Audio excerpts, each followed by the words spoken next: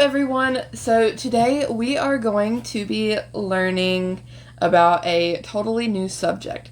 So unfortunately we are not able to do this in class, as you guys already know. So we are going to be doing it on our own. So today we are going to be learning about natural disasters. Natural disaster is any very dangerous event that is created naturally. So humans are not able to control this, and nothing can really be controlled about this. It's very unpredictable. We're going to be learning about 5 different natural disasters. We're going to learn about fires, or more specifically wildfires, landslides, earthquakes, volcanic eruptions, and floods. So, your first step is obviously watching this video, so I'm very glad you found it.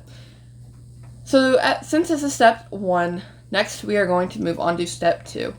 Step 2 is where we are going to be learning about each of these natural disasters. So, as you can tell, because you are looking at your Google Classroom along with me, under the topic of step 2 in our Google Classroom, our first one is fire. So you're going to click on the Fire tab, and on this tab there are going to be some brief instructions that basically just say to click on the video below and just explain what the video is going to be about, a quick little summary. So the first one you're going to be learning about is fire, and attached I have a video about fire. So you're going to watch that completely through and kind of think about some questions you might see, like what is a fire, what causes fire, and what are the effects of fire. Each of the videos kind of go along similarly, and we'll talk about those same things with the other natural disasters. So after watching that video, you are going to move on to the next natural disaster, which in this case is a landslide. And you're going to do the same exact thing. You're going to watch the video and just try and learn from it.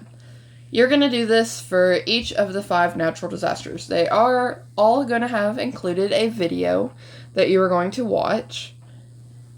And then, once you do all that, at the very end, you're going to see an assignment called Writing About Natural Disasters. Since we have been learning about summaries and just writing in general, we are going to put it to the test. So, for this assignment, it is going to be on a Google form, so you'll be able to submit it. You are going to be writing a little summary and describing and defining each of the natural disasters. So if you click on the Google form, it will also have the instructions there just in case you need it. But it will have something at the top at the question line. So the first one will be fire. And underneath that, you are going to write a short summary. It needs to be at least 3 complete sentences. So remember to have your capitalization at the beginning and your punctuation at the end, whichever one you might need. So remember to do at least 3 of those.